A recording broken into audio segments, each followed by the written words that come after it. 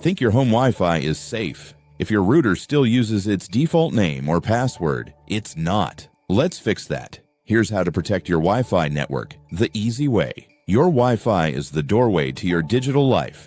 It connects your laptop, phone, TV, everything. And if it's not secure, anyone nearby could sneak in. But don't worry, it only takes a few minutes to lock it down. Step 1. Change your default router password. Some of those admin password logins are public online. To change it, log into your router by typing its IP address into a web browser. You can usually find that address printed on a label on the back or bottom of your router, next to the Wi-Fi name and password. It often looks like 192.168.0.1 or 192.168.1.1, but always check your exact model. Once you're logged in, create a strong, unique password for the router's admin account. Step 2. Update your router's firmware. Just like your computer or phone, routers need updates too.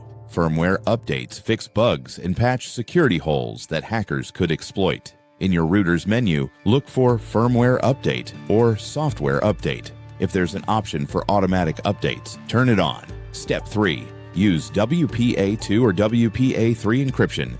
This setting controls how your Wi-Fi data is protected as it travels between your devices and the router. If your router is still using something called WWEP, change it immediately.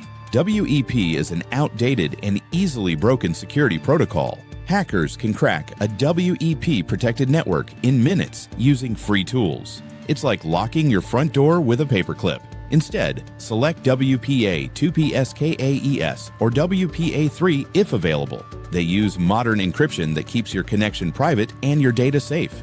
Step 4. Rename your network. Change that default name like Linksys123. Pick something neutral, not your name or address, to make it harder for others to identify your router. Step 5. Create a strong Wi-Fi password. Use a mix of uppercase and lowercase letters, numbers, and symbols. Avoid anything predictable like birthdays, pet names, or 123456.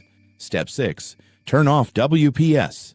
WPS stands for Wi-Fi Protected Setup. It's that feature where you press a button or enter a quick PIN to connect new devices without typing the password. Sounds convenient, but it's risky. Hackers can brute force the WPS PIN to get into your network, even if they don't know your password. Turning off WPS closes that back door completely. You'll still connect devices normally by entering your Wi-Fi password. It just removes one more weak point. Step 7. Add a guest network. A guest network keeps visitors and smart devices like TVs or speakers separate from your main network.